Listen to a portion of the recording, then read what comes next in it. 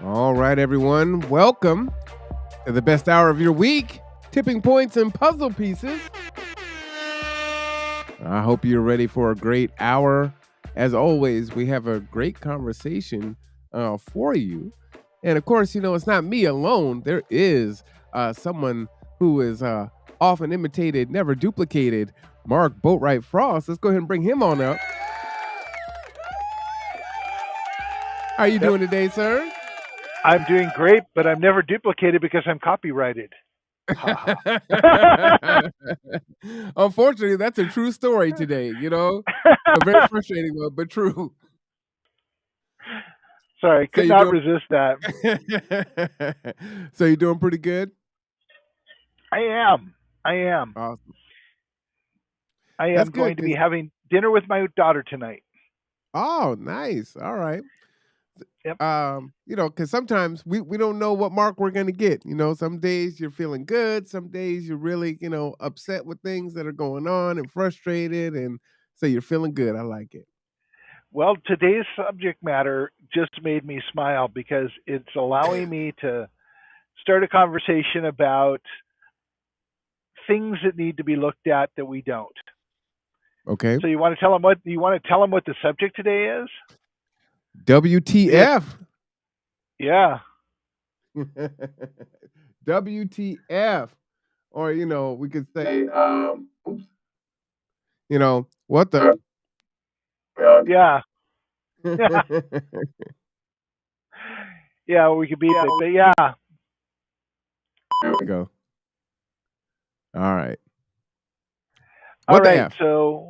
So yeah, what the F? Um, so you've got a quote to read. We'll start off with that. For those of you who have seen it, this is from the movie The Big Chill, and this is Michael starting off, which is Jeff Goldblum's character, in a conversation he's having with Tom Berenger's character. All right. I don't know anyone who could get through the day without two or three juicy rationalizations. They're more important than sex.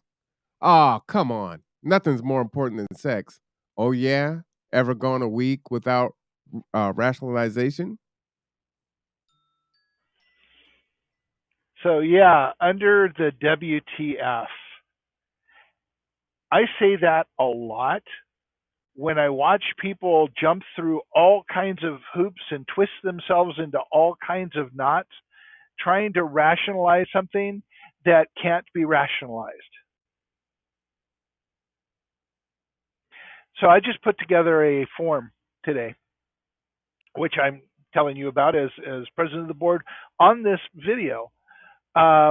We have gotten a couple people that have come through the United Way volunteer program. We have an ad out there for researchers, and we're starting to get people responding to that ad saying, yeah, we'd like to do this. And one of the things we're researching is what organizations exist in Kitsap County that sole mission is to help people and bring community together. Now, this could be churches, nonprofit organizations, agencies, groups of people that focus on doing good work. And while I was Okay. writing this, I was thinking, okay, I have to have a caveat in here to make sure that we don't end up um, going down the ideological path. What we want is people doing the work, not people who are trying to sell something. And under that, you've got a whole lot of gotchas too. So, everything is like an onion, and that's where I get to the WTF moment. I said, just why can't I just say X and have it mean X and people understand it means X? But that never works. All of us know that that never works because we get in these weird conversations that we never meant to get into because somebody heard something different than what we're saying.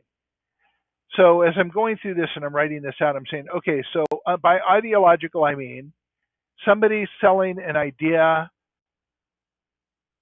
that's beyond the scope of helping community. And I had to go back and say, but that doesn't mean churches because religion is religion and they're doing the work, but they're not making you take their religion to do the work. They're doing the work because it's a good thing to do. And we see lots of people that do this. The prayer walk folks, do that. They're not selling their religion, they're making sure people get fed. So that's the good thing. But on the other hand, and I don't know if you know this is Banned Book Week. Um, and Banned book they're week. taking What is that? banned book weeks. It means that there are ideological groups all over the country trying to get books banned, and they're like 1,700 books on the ban list in many states right now.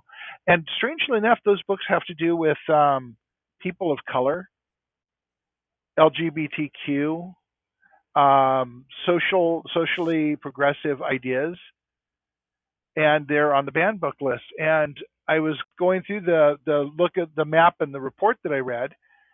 And if you go to Kitsap Resiliency Project, you will see both a video by Bo of the fifth column and a report, direct source, that covers the breadth of what's going on. So in the map, I looked at, oh my goodness, Washington State's got 1 to 10 books listed as banned, and that's, and I had to go through and they said, oh, Central Kitsap, what? And so I went through that, and there's a group here called Mothers for Liberty. Oh, not the web page, but the kids the Facebook page. Facebook page? The Okay. Facebook page. So Mothers for Liberty, and they are trying to get people on the Central Kitsap School Board so that they can put into effect book bans in our local public schools. And so that would be the example of an ideological group that is trying to do things in the county that are not for the best interest of everybody, but for a very small group. And that's what we don't want to be represented in the group helping people. And, for my own digging my own hole again, how is banning books liberty? I don't think that word means what they think it means. So anyway, So where did you find this information? I'm curious. okay. So as you know, I watch Bo the Fifth Column, and his first morning show was that this is Banned Books Week, and and it's hard to keep track of the weeks because there's so many things going on every given week. But I'll tell you what. Let me pull it up, and I'll put the link in for you.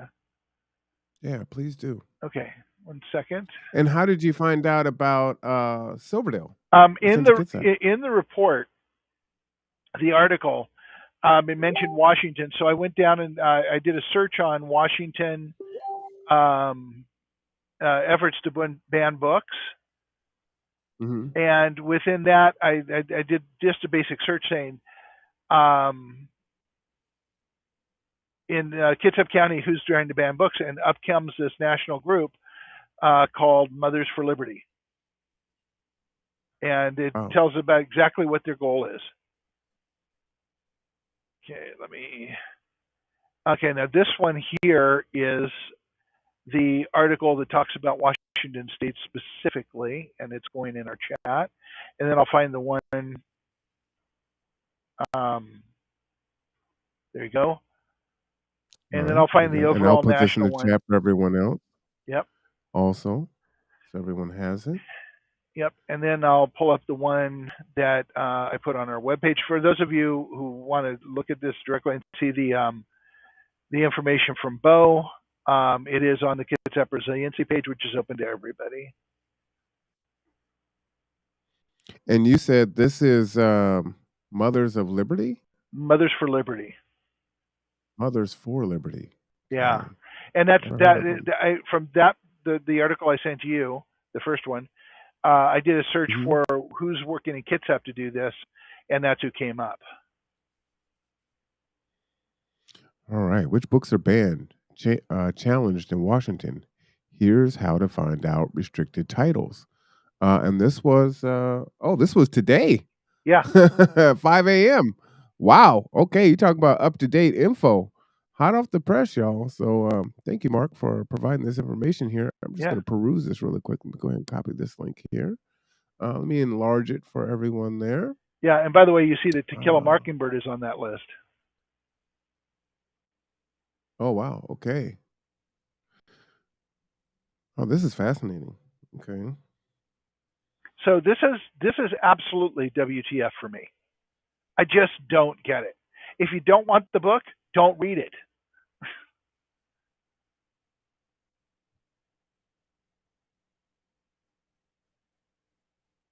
I'm just scrolling down here trying to get just to the piece here There's a for yeah, there's a Kitsap. Here we yeah. go. Oh yeah, in Washington State, actually, let me yeah, the central yeah, and it's a central. So I had to actually go on a separate search for that, Hmm. and let me see if I can duplicate that search now. Sure. And while you're doing that, I'll just read this for everyone. Okay. Are books being challenged in Washington? Washington State has had its share of books banned and challenges in the last 2 years that have taken place through individual school districts. Areas with recent challenges, include Kent School District, Central Kitsap School District, and Walla Walla Public Schools. Well, you've heard it here first. The Conduit is going to start covering the CK School District meetings, so stay tuned for that. So we will start to do some investigative journalism there.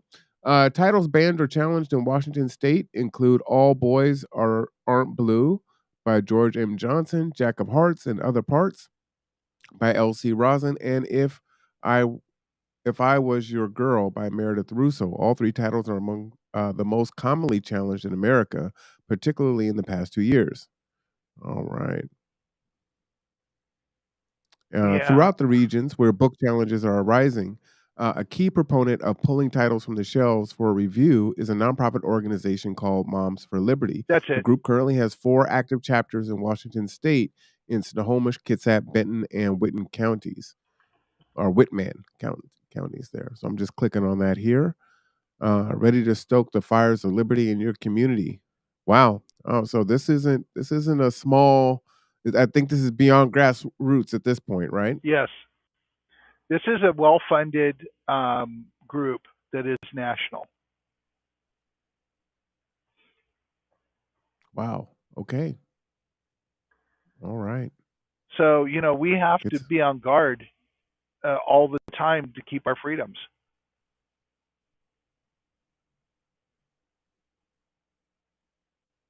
I didn't know this existed here. All right. I think might be a idea to reach out and have a conversation with them. What do you think? I think it would be really interesting to find out, some of the things that are going on, but I'm not sure you'd find it out in a conversation. No? You don't think they would be forthright on how they feel? I'm sure of how they feel, but how they who funds them, where the what think tank the ideology comes from, those things aren't going to be on the forefront of it. Got you. I hear you. Wow. Well, definitely thank you for sharing this. And this is in the chat for everyone to have access to so that you can read it at your leisure. But we definitely need to know what's going on. Oftentimes we see national news and we think some of these things are far away from us, but this is right here. Yep. So, Interesting. true story about 19 in the 1980s, late 1980s. There was this magazine that people might have heard of before called Playboy, and they had some of the best writers in the world from in their inception till about the 1980s, 1990s. And one of them wrote an article about how the right wing had focused on changing the country to be the way they wanted it to be. And this is from like the 60s, 70s. They were working on this about how they took over school boards and local government and then created the gerrymandering situation where they are now. And we're seeing the end result of this. Agree with it or don't agree with it, we're seeing a Supreme Court making decisions that are not in the country's best interest. We're seeing restrictive behavior. We're seeing authoritarianism. And this has been going on for 50, 60 years. And we're seeing with Moms of Liberty the same playbook again. And what are they banning? Things that would open our minds and make us more accepting of each other. Hmm. Continue. I'm listening. No, that was the end of that statement. So for Mm. me, WTF is like the picture behind me. People who go, "What do you mean we have no more food? What do we mean? What do you mean we have no more clean water? I mean, why didn't somebody tell me?" Well, it's being told to you 24/7, 365 days a year. But what it's also being told to you is a whole lot of nonsense pumped out at high speed and loud volumes around the clock to make you think other things. I mean, to get you to buy into other things. We talked last week about the guy who bought into the QAnon theory and killed his wife and Mm-mm. shot his daughter. We've seen active shooters in schools that have been, have gotten into bought into some conspiracy or another. Where's the truth? I mean, I look at this stuff and I just, I work. I have been doing this for 20 years, a little more than 20 years, and sometimes I just sit here and I go, why am I doing this? Is it worth it? Why do I need to bother? And maybe I could just like take the red pill and go back to not paying attention or reading or understanding. But then I think about the young lady I'm having dinner with tonight, my daughter, and I'm thinking about all of the things I know from my years of talking to scientists, my years of working with the EPA, my years of working with not at the EPA, but have going to conferences with them, my years of interviewing people with clean technology and composting and ways of looking at things, my readings, and I go, yeah, we're in big trouble. And if somebody doesn't do the work to bring people together and help them understand there's a better way that provides them with a solution and a path forward, then we are not going to be here. And we are probably not going to be here in my daughter's lifetime. And to me, that is unacceptable. So that's why I do this work. And to a great degree, I think that's why Marwan does this work, though we actually have never had that conversation.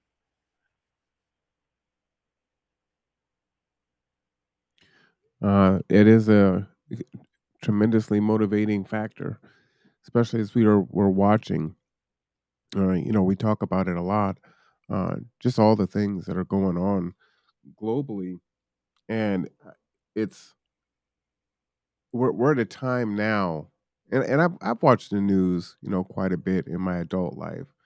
Maybe not as much as I do now, um, but man, like right now, it's just it's over 9,000, and it doesn't seem like people are paying attention to it like you're saying, and we're in such a divisive space right now, and it's like, how do we could we actually rally and do what we need to do, or are we just going to perish because we're so at odds and so disagreeable?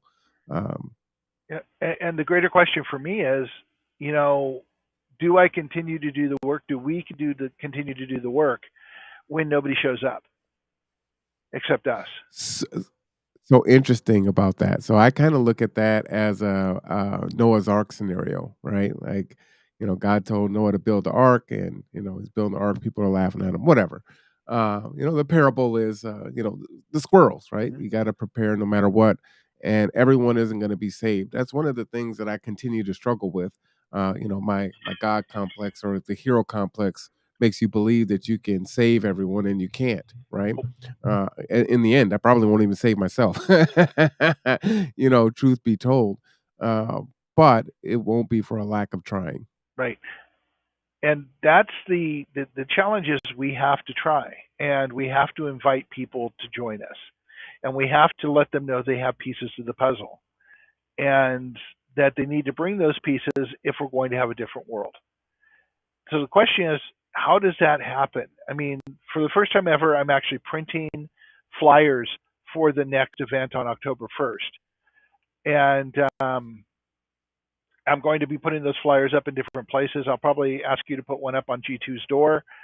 Um, and the community champions have all offered to let us put them up on their doors. But to get people down to the coffee shop to actually to talk about the Kitsap Resiliency Project, to talk about humanity, and to do this to really inspire people to come down there, we are going to be playing Cards Against Humanity at the next event. And that's October 1st? That's October 1st, and from 10 until noon. Oh, 10 until noon? Yeah, Well, I guess it's 5 o'clock somewhere, right? yeah. Is that a drinking game? No, but it can get certainly colorful in a lot of ways. Um, but That could either go very well or very wrong. yeah, and I don't know if I'm going to have time before the game, but there's the basic box for those of you who play it.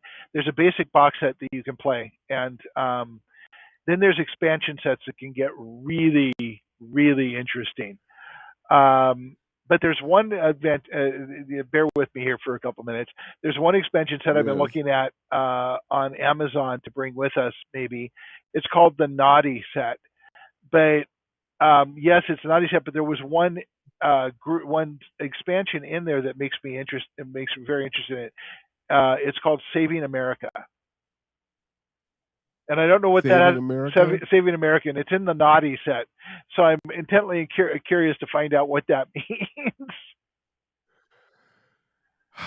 You remember my statement about how we're at a very divisive time? Yeah. Like I said, this could either go very good or go very wrong. Well, as long as we maintain It a sense of humor about it and understand it's ridiculous, then it could go pretty well, and we'll at least be laughing and having coffee. And knowing me, oh, I'll probably end up man. spewing coffee on my white shirt. Uh, I'm so concerned, man. I'm not gonna lie. I hope to be there, and I hope it's not a train wreck. But who can turn their head from a train wreck? Well, a train wreck is preferable to sitting at the table drinking coffee with a couple people that you work with all the time and nobody else coming by. I'm just I'm just thinking, is there like a step before Cards Against Humanity? Yeah, well, we talked about monopoly, but then again, that just supports the corporations, and Risk is about world domination. Think about all the games we played as kids. I know some of my favorite games. Yeah, but we need to bring people together, not blow them up. True story. True story. The funniest That is a game. true story. No, the funniest game I ever played in my life, and I used to back in the long, long ago in the dark ages when dinosaurs roamed the earth. I worked at a game store in San Francisco and managed it. And there was a game. It was before video games were really prominent. They were just starting to come Uh-huh. out. And one of our customers was this guy from Marin County named Robin Williams, and Really? we got to be not well acquainted, not friends, but passing acquaintances, mainly because we kept the people from rushing him while he was in the store, and sometimes he'd come in with his wife just before Zelda was born. And then he started gaming with us in the back on a couple of occasions, and there was this blend card game, board game called Nuclear War that we played. And Wow. he had just finished doing at this point Moscow on the Hudson. And I had a friend Tim who was there, who was very into the Russian military stuff, and he spoke Russian, and so did Robin Williams. And what you have to understand about those times is Robin Williams is never off. When he starts playing, he is completely on. And we would be laughing so hard that I'm not sure I got a breath in like 2 hours, a solid breath in 2 hours. But it was a completely inappropriate game. And I remember one time where he threw the cards up in the air and said, 10 million people dead, blown to bits. And Wow. going back to the games we played when we were kids, that got us all, I mean, everything in our life is an influence into who we are now. And when you think about the indoctrination we got from our board games to our schooling to the way history is taught, am I supposed to be looking at the back of your head? Yes, you're Okay. good. Keep going. Okay. Um, to all of the things we were taught and how they're taught, to not asking questions because the minute we start asking why, we're told to shut up. Mhm. This is um, how we got to this point. It's part of how we got to this point. It's the end run of a long term of process that got us to this point. And I understand that, and many times a day I say, okay, they're indoctrinated, they're not stupid, they are worthwhile. We just need to find a way. I just need to find a way. We just need to find a way to connect with them on some level where we have commonality, that we can begin a discussion that's going to take a long time to get beyond, to get them questioning, to get them beyond the indoctrination, the cultural indoctrination. So let me ask you a question. We talk about bringing our puzzle piece together, and you do that in a lot of different ways. Can I ask, like in the last week, what have how have you kind of built resiliency around people here in the community? Have you met any new people? Yeah. What's come of it? How did you meet them? Was it happenstance? Was it intentional? Okay, so I used to drive my older sister crazy because we would go to like Disneyland, or and I grew up in Southern California, so it was the thing. And I would talk to people in lines. That's never changed. I still do that. So when I'm out, I'll just start, talking to somebody and end up with a conversation with them. Checkers at the store, people in line, random strangers at someplace where I'm at. It's kind of just who I am. I talk to people because I'm actually interested. But the most juicy conversations I've had have been over the last several weeks, driving for G2,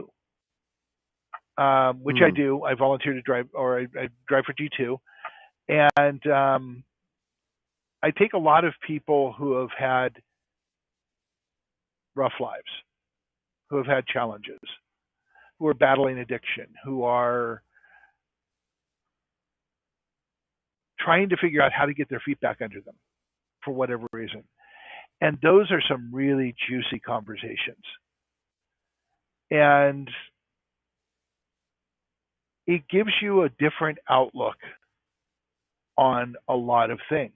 And I've had lots of talks with people about homelessness.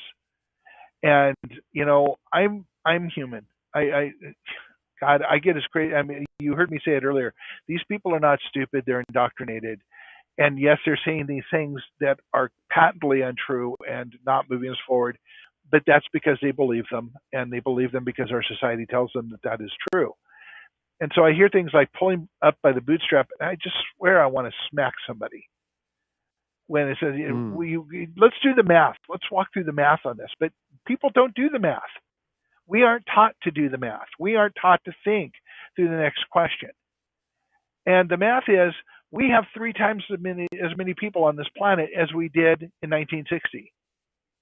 Do we have three times as many jobs? Do we have three times as many corporations? Are corporations and businesses getting smaller and smaller and smaller in number as we combine and grow and consolidate them into more places of power? The math doesn't support our belief system that people can pull themselves up by the bootstraps. We have fewer resources. We have fewer jobs. The jobs don't pay as much. But there's this hard held belief that if people just tried harder, they would all succeed. And I got to tell you, that's crap. It is unmitigated crap, and it keeps us from looking at things and realize how close we are to that edge. And maybe that's the point, to keep us from paying attention to the fact that we are really close to being in that same situation. Well, I mean that truer words haven't been spoken, right? I mean, you talk about it all the time. So many folks that are one paycheck away from disaster. 151 million, 570,000 in the United States alone, going by 46%. Wow. Your And that's not neighbor, accounting for the people that are already below that, right? right? And so we're talking about greater than 50% of this country are struggling or failing. So that means less than 50% of the country, less than half of the country, think they're doing okay. But here's the real math in the thing. It's an upside down pyramid. Capitalistic economies only work as long as the base is ever expanding. But our base hasn't been expanding for a long time. But the top resources keep going up to the top. so that the 1%, I think, is the number now, or maybe the 10% are the part that has it, but everybody else has got less and less and less and less and less. What happens to an upside down structure? The base Well, I isn't mean, strong; it collapses. yeah, it's going to collapse. Yeah, it is. I mean, we can talk about it not collapsing. We can talk about the stock market being the economy. We can talk about a lot of things, but the fact of the matter is, it's going to collapse, and the people at the top are going to hit the bottom just like everybody else. So, yeah, It's just going to take a lot longer for them to get there, right? not necessarily. If the dollar if the You don't dollar think so? if the dollar collapses globally, that's what they're measured by is the dollar. If it's worthless everywhere, it's worthless instantaneously. And you know who's going to be doing better surviving? The homeless people, because they've learned how. It's interesting. So you were saying that the conversations were juicy, and then you switched over, and you were lamenting about people that say pull yourself up from your bootstraps, Well, yeah, bootstraps. because the conversations are so juicy. They talk about their their dreams. They talk about what they want to Mhm. do. They talk about where they want to go, and you realize just how much like everybody else they are. I mean, they're obviously the ones that they're the folks that have given up completely and are just going from place to place to place. But there are a lot of people who are just trying to get their feet under them and find some kind of normality and community and support to move forward. Far more of So, them, by all the right. way. Yes. Yes. What are some things that we can do? Create community, help support them. If you have a neighbor struggling, and I mean, struggling. Okay, so struggling can look like a lot of things. You probably have somebody in your neighborhood who's having trouble making ends meet, who doesn't have Mm. food, who might be experiencing addiction because they can't handle it. And let me just say one other thing: if you're not addicted when you become homeless, chances of you being addicted shortly thereafter are very high because we aren't designed. Our society stamps you as a failure, and there are no real support systems in place to help folks there. Because we're the greatest country in the world and we can't house our people, we can't offer medical care, and we can't offer education. But we're the greatest country in the world,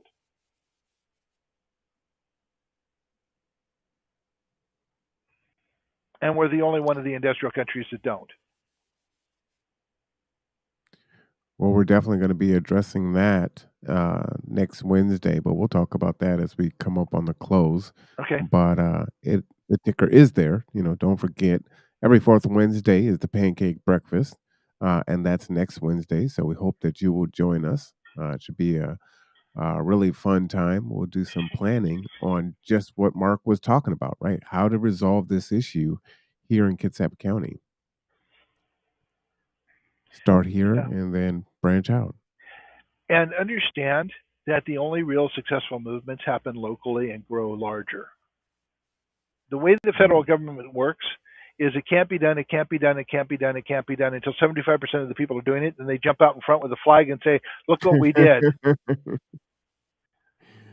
You know what? I'm not mad at that. No, Wish they would, it's a reality. do it first. But yeah, it is a reality. Until you get some new folks in there, and enough, as you said, the tipping point of different electeds that can make a change, and then that change can stick. Yep. And for that, we have to have a two-party system that actually puts people forward that you want to vote for. I mean, I can't tell you the last time I didn't feel like I was voting for the lesser of two evils. I think the very first election that I ever voted for, election I ever voted in when I was 18, was the last time I felt like I wasn't giving up choice to make the least worst choice. Hmm. There are a lot of people that are saying now that I'm not going to vote for the lesser evil. Right? I'm just not going to vote for evil regardless. I wonder what that would look like, over a couple cycles. Yeah, I'm kind of curious to see that myself. I kind of have that same attitude to some degree, and I don't want to share my particular politics here, though I'm sure many people already understand that I'm more on the social side than I am on the corporate side. Um, but yeah, the last couple of elections I've made choices not to vote for the lesser of two evils, but try to make a good choice. You know, And we have well, I a wonder if go go ahead. ahead. I was saying we have I was going to an say, election coming up, and I have some serious questions about some of it. I mean, some of them are fairly clear cut choices, but some of them I'm having some issues with because I am not happy with the amount of information or um, the availability of information. There seems to be an assumption that we will vote because it's a red or a blue, but I'm getting almost nothing in the way of who is this person, what is their vision, how you've heard me. Marwan's heard me doing this diatribe before, so he's smiling. I said, okay, so great. This person is red or this person is blue. Wonderful. I could care less. What I want to know is what is mm, their vision? What are they willing to do? Are they realists about what's going to go on and what's going to happen? Are they going to hmm walk in and get converted into doing nothing? And let's be honest, Kitsap County cannot afford too many more do nothing politicians or politicians who are working for an agenda that isn't matching what the people's do. We have had way too much of that in the past. We need something different. And in order to do that, our model is a Kitsap Resiliency Project. Get your neighborhood together, find commonalities, work on those human commonalities, bring representation to a larger party, create a grassroots network in a larger community that can change how people are doing it. And I am not impressed with the Democrats or the Republicans because they keep putting people hmm up that have no vision, have no capability, and then to me that means that they're represented. They're representing the parties. They're not representing the people, and I'm tired yeah. of it. So, and I managed to do that without saying a single name. Um,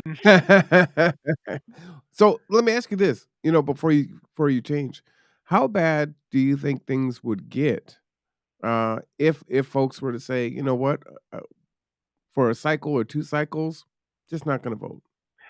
we've already done that. Have you seen the numbers in Have Kitsap we? County? Yeah, have you seen the numbers for voting populace in Kitsap County? People are getting elected by 20%, 22%, 24%. And a Mm, presidential election will get up to 32%.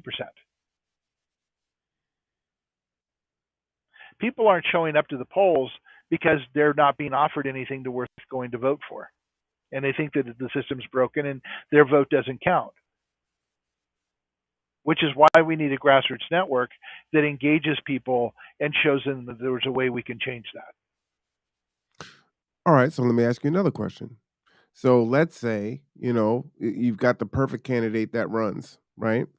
I submit that that still won't be enough, right? So that person gets there, and doesn't matter how great they are, they can, fight and advocate for everything. They're going to get churned up by the machine. So it seems like it would have to be a group of folks that all came in so that there was a sea change, so actual change can be made, right? And that can happen if you build grassroots networks and starting here and then modeling them in other places. Hmm. And I think one other thing that's critical is a lot of times when we do come out and vote and that person gets elected, it's like, oh, our job is done. They should be able to make the change. And it's like they actually need your support even more so now that they're there. Okay, so I'm going to share a little bit of something. When Barack Obama first ran for president, Hmm his his slogan is "Yes, we can." By the time he was elected, it was apparent that what was being heard is "Yes, you can." Mm-hmm. And Bernie Sanders said, we can do this together, but we need to do this. People are hearing you are going to do this. And the reason they get chopped up in the machine is because, yeah, we vote for them and our job is done. It's not done. It's just beginning. Well, I can't do this because I'm living my life and I'm doing my paycheck and I'm getting my daughter through or my son through school. I have bills to pay. I have this. I can't do anything else. But and if I go out and protest once, it's supposed to fix it, and then we're done. So it's going to take a lot of. And you and I have had this conversation, and you've taken the other side of this. How do I have time to do this? How do you have time not to do this? Things are not going to get better for anybody until it's done. And by the way, all of those things that you mentioned are there to keep you from being engaged. Facts. Facts, 100%. So what does that look like, Mark? So let's say, we're building this grassroots, this person gets elected and we're present for them. What does that look like in order for that change to happen? So let's talk about the You got county. me. I'm intrigued. Okay, so let's talk about the county. County has a Okay. county has a board of commissioners of 3 commissioners. They pretty Mhm. much do most of the work. I mean, they have the bureaucracy below them, and there's a lot of advisors and stuff. But 1 in 3 is a pretty big number. That's a place where a lot of change can happen. So Right. let's look at Bremerton really quick. We have what 9 city council members. I haven't been paying attention. I feel ashamed about that. Yeah, I think it's 7. 7. Okay, 7 city council members and a mayor. The mayor, by the county charter or the city charter, is basically the city manager.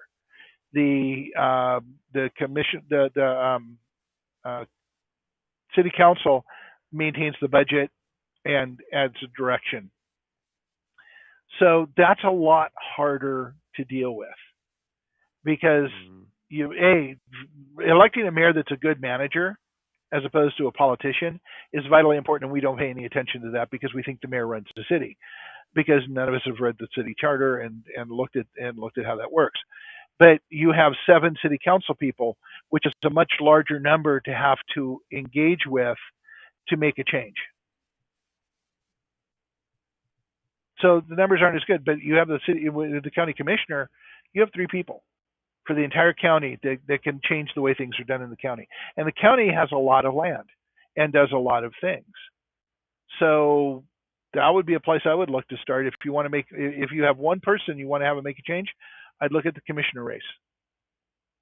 Okay. And if you have neighborhoods together, like in let's say districts in Bremerton, and we have 10 or 15 neighborhoods together in each of the district or across the districts, those people can make a huge shift in the city council. Now, again, I am not pushing an ideology. I don't want an ideology of right, left, liberal, conservative, whatever. What I want is human infrastructure changes, like Mhm. getting the freaking roads fixed. Maybe looking at development in a different way. Maybe having a plan for consolidation of people based on what we're looking at. So one of my big concerns is talking about. I'm going to step back to the whole of Kitsap County now. There's a report Sure. out a couple months ago that talked about we're projecting there to be 500,000 people in Kitsap County. We're just shy of 300,000 now. That's 200,000 more people, and yet we don't know what the water tables are doing here. Is that just insanity? Because we're looking at that many people because it's an economic factor and an economic driver, not a social driver. And where would those people come from? Exactly. And that's why we're building so many homes that people can't afford here. It's insane. And if we come together as a community and we find human commonalities, we can redirect the energy toward that movement and say, not restrict people from coming in here, but making sure if they do come here, that there is a plan in place and we know what our resources are. And we know that we can survive. Also, we need people in place that protect the Growth Management Act because we do things in this county, in the city of Bremerton, that are ridiculous. There's a storage unit up on 303 that's sitting on wetlands. Mm. And how that happened, I have no idea. But, there's all kinds of things that go on that are just bad precedents for the greater community. And so we have to have a greater community so we can change that. Did that answer your So, question? Yeah, yeah, it's helpful. Do you believe there should be more than 3 commissioners? Um, I haven't really thought enough about it, Mm. but I know that Jeff Wallace was wanting to push for a county charter and and actually a council as opposed to 3 commissioners. But the state of Washington, it is my understanding, will not allow that until we hit a certain number of people in the county. Mm, okay. So I think it has to be 400,000 or 500,000 people before we can actually expand to a charter government. And I'm just gonna put this in the chat for folks if you wanna took take a Okay. look at this. This is the countywide population and housing, growth. This is Kitsap 2035. And so I think, this is probably where you got some of your information, I'm assuming. Yes, but it's been a while, so I might be misquoting the numbers. Yeah, yeah, I'm not gonna go through this whole thing, I just wanted to give folks the resource, but it's interesting to take a look at, right? You know, looking at the 2006 and the 2010, the 12 populations and, uh, unincorporated rural areas, yeah, all fascinating information here. The water table situation is pretty concerning. Yeah, and look at what's going on in the Southwest in California right now. The federal government has to step in and restrict usage of water because they're growing without paying attention to their resources. We do that all the time because the dollar is more important than the person. And the only way to change that is to come together. Let me answer this question right away because I'm going to get it. Um, am I promoting communism? No.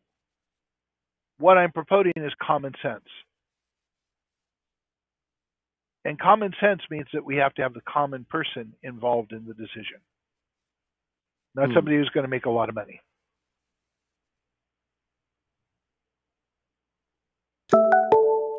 You know, there's a I put this question in the chat. You know, would you guys be interested in the conduit covering the city charter? I think that would be great. We're already covering city council meetings. We have discussions that I think are relevant here. If we are going to have change, then we have to be informed and educated, of course. And then it's pretty fascinating. You know, shout out to Jeff. He's looking at the city budget. The mayor actually he requested some information, and the mayor sent him an email back. So he's gathering that information for him, and I'll share that out as soon as I have it. But learning is definitely critical and important. And you are right. You know, I did take the other side of that argument of people not having time, and we do have to find time and find ways, you know, again, that the proverbial puzzle piece is it looks different for everyone, It right? does. It could be you're generating an email or you're, making an open comment when it's available, You're or showing you're up. coming in, you're You're showing up. volunteering. Yeah, or you're showing up for coffee on October 1st and playing Cards Against Yeah. Humanity. Yeah, it's all the things, right? So there's something for everyone to do, and it seems daunting because you're trying to change the world all at once, and you see how many things need to be fixed, and it's like I don't even know where to start. And the thing is, you don't have to just come and have the conversation, and Yeah. There's things will start to develop. there's this guy I know. I talk to him a lot. Certainly, I think every Wednesday. He says this thing about many hands make light work. I can't take credit for that quote, but I do repeat it because a lot of people say it to me, you know, Yep. and it is true. That's absolutely true, right? And then the work is critical and it's dire. Um, you know, But it I can have be fun because it you're can also be fun. because you're making friends, you're breaking bread, you're building relationships, and you're making life better for everybody. That's fun. You know, I think another thing that's powerful too is outside of fun is hope. It's Yep, also hopeful. it is. It's empowering. It makes you feel like there's something that you can do, that you don't have to just sit and allow what's happening to happen. It's like there's nothing I can do about it, right? And a lot of times, you know, that saying, you know, this person or this situation has restored my faith in humanity. We need that from time to time, Yes, we do. and so we need to be um, re-energized, and we can do that for each other. And to me, that happens all the time. But I am having a lot of conversations now with people, and they're different, right? Folks have different concerns, and there is a lot of doom and gloom, and we've got to do something, and folks are I think more interested now, not to say that they're not collaborative already, but looking at even more ways to become collaborative and solve some of the issues that are happening here locally. Yeah. So I'm encouraged about that, and we'll take it further. The other thing that I would say is, you know, in the beginning when you're trying to figure out what it is that you're doing, I was having a conversation with Pastor Beal. Shout out to her yesterday, and kind of sharing, who I am and the things that I do. And, it's like, wow, you do this and you do this. And the list is going on and on. It's like, well, I haven't told you everything, and it was the same thing. I actually went through an interview process to join a new organization, which I'll have my final interview next week and see if we kind of join that conglomerate. But and there again, you're trying to sell yourself, you're trying to sell the organization. And it's like, oh man, you're doing all these things and that's so great and that's wonderful. And it's like, I'm just dared to try to do something different and try to help. And it will look different for everyone. Uh, but it's like, yeah, this is what it is, and there has been change.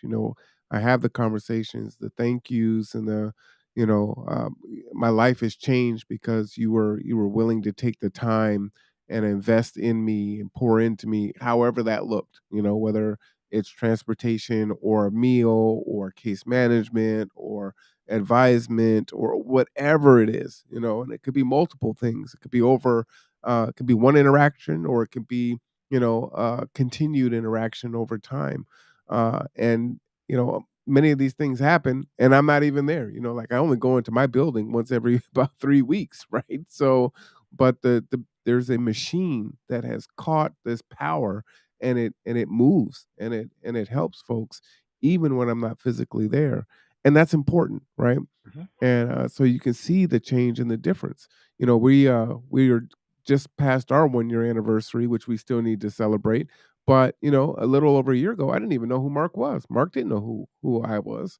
And in that short amount of time, I've come on to the board of Roseco, and we've done a lot of great things like the pancake breakfast and the barbecues and the workshops, and you know And these the weird little conversation videos. here. Yeah, I mean, every week consistently, what is this, 33? 33. Uh, 33 episodes, over a half a year, 6 months, almost half the time we've known ourselves, we've been doing this podcast together every Wednesday, And and learning that's the more about puzzle each piece, other. right? It is, and we're learning more Yeah, about each other every week. yeah, and that's a lot, and I won't say it's with little effort, it's intentional, and it is with effort, but then when you look back at the footprints in the beach of how many steps you've taken, it's like, well, I'm gonna use some word language here. Holy shit! We've done quite a bit together, and it's awesome. Yeah, It's awesome. It's WTF, really man. cool. Come a long Yeah, way. WTF. It is a long way, right? Yeah. And there's miles to go, still. But you know what? What's great is looking back, and it's just not your footprints. It's the footprints of other people that you have gotten to know and are taking the journey with you. And it's so much better to take a hard journey with someone else than to take it by yourself. Yeah. And so I want to talk about that for just a second, um, Sure. as I'm realizing we're almost out of time. So I see a lot of videos and such because I'm constantly updating the website. I'm constantly looking for stuff for the points of view page. And I see tons and tons of stuff. I read tons and tons of stuff about people talking about the problem. For God's Mhm. sakes, everybody knows it's a problem. They may be ignoring it, but they know it's a freaking problem, okay? What I don't see is somebody offering a solution. Mm. What I don't see is somebody offering a roadmap to get there. That's the difference between Mm. resilient ecosystems and the Kids Up Resiliency Project and 99% of everybody else. We Mm. have a roadmap. We have the jigsaw puzzle. We just need the pieces to come to the table so that we can make the change. So there is a solution, but it requires you showing up. That's it. I love it. I think what you did was you gave the final word there. Probably so, yeah. So WTF, man, show up. WTF, man, show up. And you're like, well, where do I show up? Well, there's two places that you can show up. Well, three. Every Wednesday at 1 p.m. Yep. Right? Is that what our except for normal show time is? Except for the pancake breakfast, which is the fourth Wednesday of the month. That's right.